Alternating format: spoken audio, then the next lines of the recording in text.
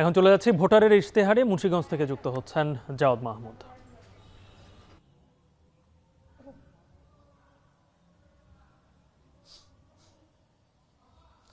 এখন টিভির বিশেষ আয়োজন ভোটারের ইশতেহার নিয়ে মুন্সিগঞ্জ থেকে হাজির হয়েছি আমি জাওয়াদ মাহমুদ।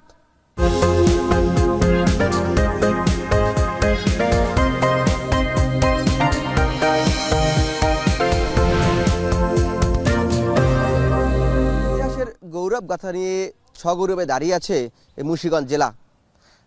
রাজধানী ঢাকা থেকে মাত্র ২৬ কিলোমিটার দূরত্বের এই জেলার ৩টি সংসদীয় আসন এবং ১৪,৩৩,০০০ ভোটার থাকলেও দীর্ঘদিন ধরে নানান নাগরিক সুবিধা বঞ্চিত এই জেলার মানুষ। নাগরিকদের এই সুবিধা বঞ্চনার শিকার হওয়া এবং এখানকার রাজনৈতিক বাস্তবতা এবং সামনে ত্রয়োদশ জাতীয় সংসদ নির্বাচন নিয়ে রাজনৈতিক কর্মীরা এখানকার নাগরিকদের কী ধরনের প্রতিশ্রুতি দেন সেই সকল গল্প শুনব ইদ্রাকুর কেলার এই প্রাঙ্গণ থেকে। আজকে আমাদের এই গল্প শোনার আয়োজনে 4 জন অতিথি রয়েছেন। আমরা একটু শুরুতে আমাদের অতিথির সাথে পরিচয় করে নিতে চাই। আমার ডান পাশে একটু যেতে চাই। আমার ডান পাশে আছেন আতাউর হোসেন বাবুল, তিনি জেলা বিএনপির অর্থাৎ মুন্সিগঞ্জ জেলা বিএনপির আহ্বায়ক। বাবুল ভাই, আপনাকে ধন্যবাদ আমাদের এই অনুষ্ঠানে যুক্ত হওয়ার জন্য। আমার বাম পাশে একটু যেতে চাই। আমার বামে আছেন মাওলানা নুরুল হক পাটোয়ারি, তিনি নায়েবে আমির মুন্সিগঞ্জ জেলা জামায়াত ইসলাম। ভাই, আপনাকেও ধন্যবাদ আমাদের সাথে যুক্ত হওয়ার জন্য। আমি একটু আবার আমার ডান পাশে সবশেষ প্রান্তে চলে যাই। গাজী আব্দুল আলিম ভাই আমাদের সাথে আছেন, তিনি প্রধান সমন্বয়কারী এনসিপি মুন্সিগঞ্জ সদর উপজেলার। গাজী ভাই, আপনাকেও ধন্যবাদ জানাচ্ছি আমাদের সাথে যুক্ত হওয়ার জন্য। এবং আমি একটু আমার সর্বশেষ বাম পাশে যেতে চাই। আমাদের সাথে আছেন শহীদ হাসান তুহিন ভাই। তুহিন ভাই এখানে সিনিয়র সাংবাদিক এবং এই মুন্সিগঞ্জ জেলা প্রেস ক্লাবের সাবেক সভাপতি। তুহিন ভাই, আপনাকেও আমাদের সাথে যুক্ত হওয়ার জন্য ধন্যবাদ জানাচ্ছি। আমরা একটু শুরুতেই এই আলোচনা শুরুতে যেতে চাই। আমার ডান পাশে যিনি আছেন আতাউর হোসেন বাবুল ভাই, তিনি বিএনপির আহ্বায়ক সদস্য। বাবুল ভাই, সামনে তো নির্বাচন এবং আপনারা এই নির্বাচন কেন্দ্রিক নানা কাজ করছেন। মানুষের দুয়ারে যখন যাচ্ছেন, এই মুন্সিগঞ্জবাসীর জন্য কি কি প্রতিশ্রুতি দিচ্ছেন বা আপনারা মুন্সিগঞ্জবাসীর জন্য কি করবেন সামনের দিনগুলোতে? Amrapali fruit syrup, real magic in every drop. ধন্যবাদ নিউজ 24কে, ধন্যবাদ যারা দেখছেন এবং দেখতেছেন এবং যারা দেখবেন সবাইকে ধন্যবাদ, শুভেচ্ছা। আজকে এখানে গণতান্ত্রিক পরিবেশে তৃণমূল নেতাদের মতামতের ভিত্তি করার জন্য যে একটা সুযোগ করে দিয়েছে চ্যানেল 24। চ্যানেল 24 আমরা এখন টিভি, এখন আমি ধন্যবাদ জানাই। এখন টিভি, এখন টিভি, থ্যাংক ইউ। এখন টিভি। তো আমরা মুন্সিগঞ্জের মানুষ সবসময় অন্যায়ের প্রতিবাদকারী, জুলুমের প্রতিবাদকারী, গণতান্ত্রিক চিন্তা চেতনায় বিশ্বাসী। তার পরিপ্রেক্ষিতে মুন্সিগঞ্জ জেলায় 1978 সালে বাংলাদেশ জাতীয়তাবাদী দল প্রতিষ্ঠা লগ্ন থেকেই এখানে 4টি আসন ছিল। 4টি আসনেই তৎকালীন বিএনপি নেতৃবৃন্দ বিপুল ভোটে জয়লাভ করেছে, জনতার ভোটে, জনগণের ভোটে। ভাই, সেটা একটা প্রেক্ষাপট আমরা আছি, কিন্তু যদি সামগ্রিকভাবে বলেন যে এই এলাকাবাসীর জন্য, এই মুন্সিগঞ্জবাসীর জন্য আপনারা আসলে কি করতে চাচ্ছেন, যদি সুনির্দিষ্টভাবে বলেন। জি, আমরা আগে 4টি আসন ছিল। আমাদের তৎকালীন নেতৃবৃন্দ যারা ছিলেন তারা উন্নয়ন কর্মকাণ্ড করেছে। আমাদের রাজনীতির ভিত শহীদ জিয়ার উন্নয়ন উৎপাদনমুখী রাজনীতি, সেই রাজনীতির প্রেক্ষাপটে আমরা তারই উন্নয়ন উৎপাদনমুখী রাজনীতি আমাদের নেতৃবৃন্দ এখানে করে গেছেন। অনেক উন্নয়ন করেছেন। মুন্সিগঞ্জের যোগাযোগ ব্যবস্থা থেকে শুরু করে শিক্ষা প্রতিষ্ঠান, সাংস্কৃতিক প্রতিষ্ঠান, সমস্ত কিছু ওনারা উন্নয়ন উৎপাদন করেছেন। এবং আগামী দিনে আমাদের নেতা জনাব তারেক রহমানের নেতৃত্বে মুন্সিগঞ্জের মানুষ প্রাতিষ্ঠানিক রূপ, অর্থাৎ সাংস্কৃতিক সেক্টর, রাজনৈতিক সেক্টর, আপনার ক্রীড়া সেক্টর, সমস্ত সেক্টরে প্রাতিষ্ঠানিক উন্নয়ন। এই প্রাতিষ্ঠানিক উন্নয়নের জন্য তারেক রহমান সাহেবের নেতৃত্বে আগামী দিনে আমরা সারা দেশে যেরকম হবে মুন্সিগঞ্জে ইনশাল্লাহ আরও বেশি হবে উন্নয়ন উৎপাদন। এবং সেই উন্নয়ন উৎপাদনের সামনে রেখেই আগামী দিনে মুন্সিগঞ্জের মানুষ বাংলাদেশ জাতীয়তাবাদী দল এবং শহীদ জিয়ার আদর্শে উন্নয়ন উৎপাদনে স্বাক্ষর সমর্থন করবে। ধন্যবাদ ভাই, আপনার উত্তর আমরা পেয়েছি। মুন্সিগঞ্জকে আপনার একটি প্রাতিষ্ঠানিক রূপ দিতে যাচ্ছেন অবকাঠামোগতভাবে। আমার বাম পাশে একটু যেতে চাই নুরুল হক ভাইয়ের কাছে। নুরুল হক ভাই, জামায়াত ইসলামী আগামী দিনে এই মুন্সিগঞ্জবাসীর জন্য কি ধরনের প্রতিশ্রুতি দিবেন? আসসালামু আলাইকুম। এখন টিভিকে অনেক অশেষ ধন্যবাদ আমাকে সময় দেওয়ার জন্য। আমরা বাংলাদেশ জামায়াত ইসলামের পক্ষ থেকে আমরা যেটা লক্ষ্য করছি যে বাংলাদেশ রাজধানী ঢাকার সাথে এই মুন্সিগঞ্জ জেলা, তারপরও মুন্সিগঞ্জ জেলা অনেক দিক থেকে অবহেলিত। যেমন ভালো রাস্তাঘাট নেই, মেট্রো রেল নেই। এইখানে চাষি আলু চাষ করে অনেক বেশি, সারা বাংলাদেশে এই আলু সরবরাহ করা, অথচ কৃষকেরা তাদের সুযোগ সুবিধা থেকে বঞ্চিত। বাংলাদেশ জামাত ইসলাম যদি ক্ষমতা যায়, তাহলে মুন্সিগঞ্জের জন্য প্রথম যে কাজটা হবে সেটা হবে আলু চাষিদের জন্য ন্যায্য মূল্যে বীজ এবং ঔষধ সরবরাহ করবে। দ্বিতীয় প্রোগ্রাম হলো মুন্সিগঞ্জে 6টি উপজেলায় উচ্চ বালিকা বিদ্যালয় এবং উচ্চ বালিকা কলেজ করা হবে। এখানে একটি মেডিকেল কলেজ করা হবে এবং মুন্সিগঞ্জে মেট্রো রেলের একটা মেট্রো যাতে মুন্সিগঞ্জে আসতে পারে তারও একটা ব্যবস্থা করা হবে মুন্সিগঞ্জের জন্য। আমরা দেখছি মুন্সিগঞ্জ অনেক একটা নদী বেষ্টিত এলাকা হওয়ার কারণে বিভিন্ন দিক থেকে এখন বিচ্ছিন্ন অবস্থান আছে। আমরা চাচ্ছি সারা বিশ্বের সাথে যাতে মুন্সিগঞ্জ যোগাযোগ করতে পারে। সবচেয়ে বড় কথা হলো বাংলাদেশে একটা এয়ারপোর্ট মুন্সিগঞ্জে হবে ইনশাল্লাহ। ওকে, ধন্যবাদ নুরুল হক ভাই, আপনার উত্তর আমরা পেয়েছি। আপনি মুন্সিগঞ্জে কি করবেন আগামী দিনে সেগুলো বলছিলেন। আমরা একটু আব্দুল আলিম ভাইয়ের কাছে যেতে চাই। আব্দুল আলিম ভাই, এনসিপি আপনারা তো নতুন একটা রাজনৈতিক দল, সেক্ষেত্রে জনগণের জন্য আপনারা আসলে কি ধরনের প্রতিশ্রুতি দিবেন এই মুন্সিগঞ্জবাসীর জন্য? আসসালামু আলাইকুম। সর্বপ্রথমে আমি সকলের কাছে দোয়া চাচ্ছি, আমরা একটি নতুন রাজনৈতিক দল, আমরা যাতে গঠনমূলক এবং সৃজনশীল রাজনীতি করতে পারি, এজন্য সবার কাছে দোয়া চাই। আমি মুন্সিগঞ্জের বাসিন্দা হিসাবে জানি মুন্সিগঞ্জে কি সমস্যা। এখানে যোগাযোগ ব্যবস্থা খুবই খারাপ, এখানে নদী ভাঙনের সমস্যা আছে, আমাদের শিক্ষার মান খুবই দুর্বল, আমাদের স্বাস্থ্যখাত খুবই দুর্বল, এখানে মাদকের সমস্যা আছে। আমরা এই সব সেক্টর নিয়ে কাজ করতে চাই। আমরা চাই মুন্সিগঞ্জ, যেমন আমাদের 2টা হাইওয়ে রোড আছে, কিন্তু আমাদের আভ্যন্তরীণ যোগাযোগ ব্যবস্থা খুবই দুর্বল, ঢাকা যেতে খুব ভোগান্তি পোহাতে হয়। আমরা চাই বেতকা দিয়ে যে রাস্তাটা আছে, এই রাস্তাটা যদি আমরা করতে পারি, খুব অতি অল্প সময় আমরা ঢাকা যেতে পারবো। আর যদি আমরা মুন্সিগঞ্জ শহর থেকে লঞ্চঘাট থেকে যদি একটা ওয়াটার সার্ভিস, বাস সার্ভিস, যেগুলো স্পিড বোট, আমরা 40 মিনিটে সদরঘাট যেতে পারবো। নারায়ণগঞ্জ যদি রুট করতে পারি, আমরা 20 মিনিটে নারায়ণগঞ্জ যেতে পারবো। আমাদের ঢাকার অতি কাছে আপনি যেগুলো চাওয়ার কথা বলছেন, আপনাদের যদি কোনো সরকারের অংশ হয় আপনাদের দল, সেক্ষেত্রে এগুলো বাস্তবায়নে আপনারা কি ভূমিকা পালন করবেন? জি, আপনি 10 সেকেন্ডের মধ্যে বলবেন শুধু উত্তর। জি, আমরা এগুলা নিয়ে কাজ করব। আমরা যেহেতু এখানে বাস করি, আমাদের সমস্যা আমরা জানি, প্রতিনিয়ত আমরা জানি, আমরা এই প্রত্যেকটি সমস্যা নিয়ে কাজ করতে চাই। ধন্যবাদ তুহিন ভাই, আপনি বলছেন যে এই যে সংকটগুলো দেখা দিয়েছে মুন্সিগঞ্জ ঘিরে, সেটি সমাধানে আপনার দল কাজ করবে। আমরা একটু তুহিন ভাইয়ের কাছে যেতে চাই। তুহিন ভাই, শুনছিলেন যে তারা নানান ধরনের প্রতিশ্রুতি বলছিল, এই ধরনের প্রতিশ্রুতি আমরা সবসময় শুনে আসি নির্বাচন আসলে, তাহলে বাস্তবায়ন কেন হয় না? এই প্রতিশ্রুতির ফুলঝুরি কেন? আসলে বাস্তবায়ন হওয়ার আগে সমস্যাগুলি কি সেগুলি আসলে বোঝা দরকার, বা সমস্যাগুলির যদি গভীরে না যায় তাহলে আসলে বাস্তবায়িত করা সম্ভব না। এগুলি আসলে অনেক ক্ষেত্রে নেতৃত্ব যারা আছেন তাদেরকে জনগণকে আশ্বাস দিয়ে থাকেন, এটাই আমরা আসলে দেখে আসছি। তো আমাদের মুন্সিগঞ্জটা একটা নদী বেষ্টিত অঞ্চল এবং এই জেলাটি পদ্মা, মেঘনা, ধলেশ্বরী, ইসামতি, এই নদীগুলি প্রধান নদীগুলি এখানে আছে। এখানে এই শহর থেকে মাত্র আপনি এইখান থেকে মাত্র আধা কিলোমিটার দূরে আছে বিশাল ধলেশ্বরী নদী। কিন্তু এই নদীটার কি অবস্থা? এই নদীটার একসময় এখানে শুশুক ডলফিন মাছ এখানে পাওয়া যেত এবং বিভিন্ন ধরনের, আজকে এখানে কোনো মাছ নেই এবং এরকম একটা বিষাক্ত নদী এখানে এবং যুক্ত একটা নদী যেখানে মানুষ গোসলও করতে পারে না।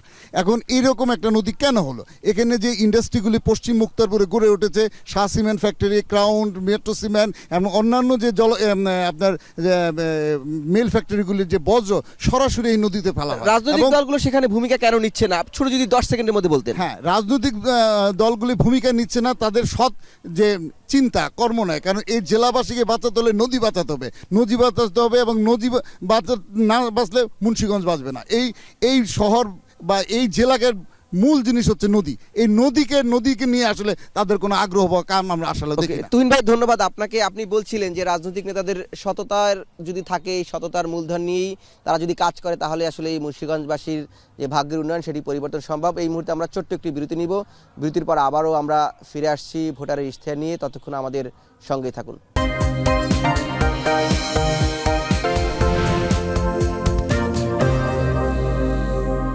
এখন টিভির বিশেষ আয়োজন ভোটারের ইশতেহার নিয়ে মুন্সিগঞ্জের সমস্যা, সংকট এবং সম্ভাবনা নিয়ে আমরা আলাপ করছিলাম এখানে রাজনৈতিক কর্মী এবং সাধারণ মানুষের সাথে। আমরা এই পর্যায়ে একটু আমাদের সাথে যারা আছেন সাধারণ মানুষ এবং এই মুন্সিগঞ্জের ভোটার তাদের কাছে যেতে চাই, তাদের কাছে একটু প্রশ্ন নিতে চাই আমরা। আপনারা দেখছেন যে এখানের জনপ্রতিনিধিরা আছেন বিভিন্ন দলের, বিএনপি, জামায়াত, এনসিপি, আমাদের একজন সাংবাদিক আছেন, সিনিয়র সাংবাদিক। আপনারা তো তাদেরকে পর্যবেক্ষণ করছেন দীর্ঘদিন ধরেই। তাদের কি উদ্দেশ্যে কোনো প্রশ্ন আপনি রাখতে চান কিনা, যেহেতু তাদের সামনে পেলেন? হ্যাঁ, আমি আসসালামু আলাইকুম, আমি বাংলাদেশ জামাতে ইসলামের পক্ষে আর কি ওনাকে একটা প্রশ্ন করতে চাই। যেহেতু উনি অনেক উন্নয়নের কথা বলছে, তো উনি তো প্রচারণার জন্য মূলত বলে বেড়ায় জায়গায় জায়গায় যে আমরা আমাদের ভোট দিলে আমরা জান্নাতের টিকিট দিব। আদৌ কি ওনারা নিজেরাই জান্নাতে যেতে পারবে বা টিকিটটা কখন দিবে? ভোট দেওয়ার পরে? ধন্যবাদ, আপনার প্রশ্নটা পেয়েছি। উনি জামাত ইসলাম প্রার্থীর দিকে একটি প্রশ্ন ছুড়ে দিয়েছেন। তারা বলছেন যে প্রচারণার সময় তারা জান্নাতের টিকিট বিক্রি করে বেড়ায়, তারা কি টিকিটে নির্বাচনের আগে নাকি পরে দিবে, সেই প্রশ্নটি তিনি রেখেছেন। আমরা উত্তর জানবো। আমরা একটু আপনার কাছে একটু যেতে চাই, যেহেতু আপনি বসে আছেন। আপনি তো দেখছিলেন, তাদের কথা বলছিলেন, নানা প্রতিশ্রুতি দিচ্ছিলেন। তাদের এই যে রাজনৈতিক নেতা উপস্থিত হয়েছে, তাদের উদ্দেশ্যে আপনার কোনো প্রশ্ন বা জিজ্ঞাসা আছে কিনা? আমার জিজ্ঞাসা হলো, অনেক সময় ইশতেহারে যে বিষয়গুলো তুলে ধরা হয়, নানান রকম অনেক কথাই বলা হয়, একটি বিষয় সুস্পষ্টভাবে দলগুলোর পক্ষে আছে কিনা যে আমাদের দেশে যারা নাগরিক রয়েছে তারা ভয়হীনভাবে তাদের জীবনযাপন করতে পারবে কিনা বা তাদের জীবনের নিরাপত্তা কতটুকু থাকবে, এই বিষয়গুলো সুস্পষ্টভাবে ইশতেহারে থাকা উচিত। ধন্যবাদ। আপনি চমৎকার একটা প্রশ্ন করেছেন। তিনি প্রশ্ন করছিলেন যে নানান ধরনের ইশতেহার দেওয়া হয় কিন্তু নাগরিকরা ভয় ডরহীন একটি জীবন যাপন করতে পারবে কিনা, এই ধরনের ইশতেহার কেন রাজনৈতিক দলগুলো দেয় না, সেই প্রশ্নের উত্তরও আমরা একটু জানবো।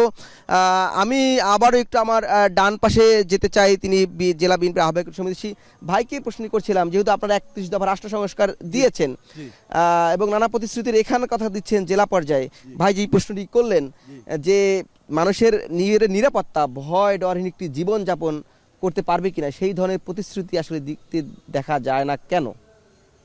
সেটা ইনশাল্লাহ বিএনপি দেয় এবং বিএনপি দিতে আছে সবসময়। মুন্সিগঞ্জের উন্নয়নের থেকে আরম্ভ করে মানুষের নিরাপত্তা, এটা বিএনপি দেয় সবসময়।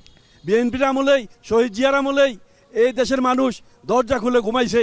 কিন্তু বিএনপির বিরুদ্ধে তো অভিযোগ আছে, 5ই আগস্টের পরে বিএনপির বিরুদ্ধে নানা অভিযোগ উঠেছে। পরে বিএনপি সক্রিয় ভূমিকা আছে সমস্ত অন্যায় অপরাধের বিরুদ্ধে।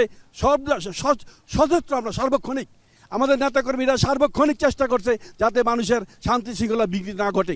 আর যে অভিযোগগুলো আছে বিএনপির বিরুদ্ধে কি অভিযোগ আছে আমি পাই নাই। বিএনপির বিরুদ্ধে আমার কোনো অভিযোগ নাই। আমি রাজনীতিগুলো ফেয়ার, আমার নেতাকর্মীরা ফেয়ার, আমার নেতাকর্মীরা উন্নয়ন উৎপাদনমুখী।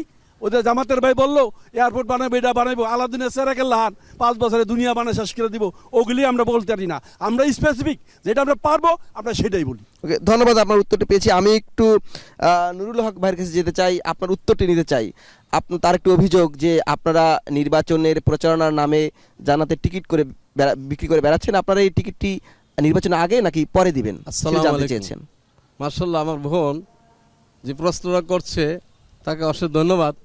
আসলে এরকম একটা কথা সমান কথার মধ্যে বেড়াইতেছে, সেই ধরনের কোনো কথা আমার মনে হয় কেউই বলতে পারবে না যে আমাদের কোনো নেতা এই ধরনের কথা বলেছেন।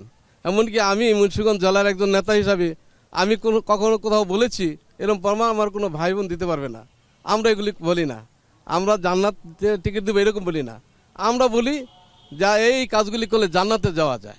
আমরা জান্নাতে যাওয়ার জন্য যে ধরনের কথাবার্তা দরকার ওগুলি বলি। জান্নাতে টিকিট বেচা কিনের কথাবার্তা কখনো কোনো নেতাও বলেন নাই। আপনার উত্তরটা আমরা পেয়েছি, তার উত্তরটা দিয়েছেন।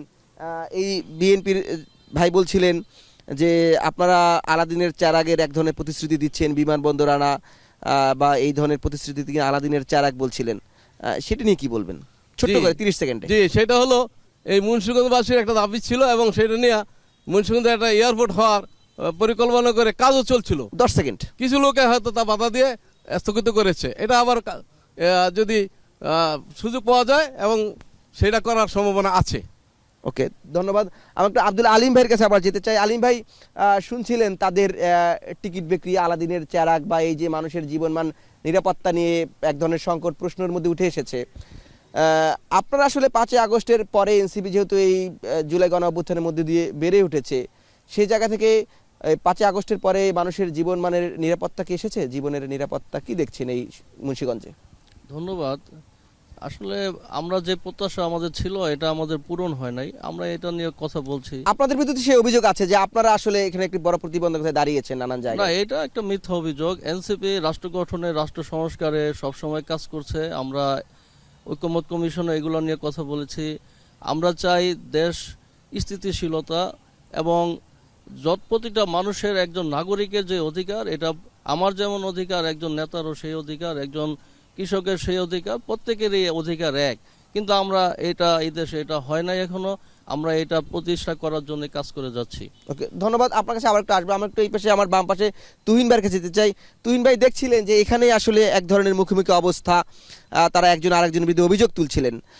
বাংলাদেশের রাজনৈতিক সৌহার্দ্য আসলে কবে ফিরে আসবে, নাকি এই ধরনের অভিযোগ পাল্টা অভিযোগের মধ্যে দিয়ে চলতে থাকবে আজীবন? আসলে আমাদের যে রাজনৈতিক দলগুলি আছে সেই দলগুলি আমরা 54 বছরের রাজনীতিতে এর কোনো আসলে চরিত্রগত কোনো আসলে পরিবর্তন ঘটে নাই।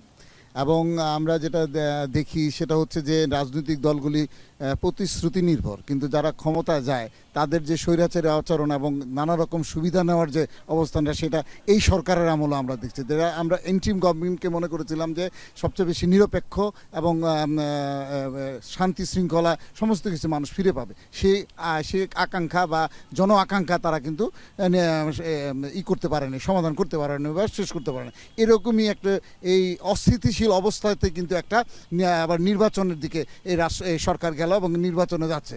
যেই জায়গায় এই আমাদের মুন্সিগঞ্জ 3 আসনের বিএনপির প্রার্থী নিজেরই গানম্যানের জন্য আবেদন করেছে। তো গানম্যান যদি লাগে একজন প্রার্থীর, এরকম এই ধরনের ঘটনা কিন্তু বাংলাদেশে এই অভূতপূর্ব ঘটনা, এরকম কোনো ঘটনা ঘটে নাই। কিন্তু এইরকম একটা পরিস্থিতি সাধারণ মানুষের কিভাবে ভোট দিতে পারবে নিরাপত্তাহীনভাবে, সেই নিয়েও কিন্তু প্রশ্ন থেকে যাচ্ছে। সুতরাং এই যে পরিস্থিতিটা, এটা আসলে আমি জানি না যে আগামী 12 তারিখের নির্বাচনটা কতটা সুষ্ঠু এবং শান্তিপূর্ণ এবং মানুষের নিরাপত্তাহীনভাবে করতে পারবে। ধন্যবাদ তুহিন ভাই।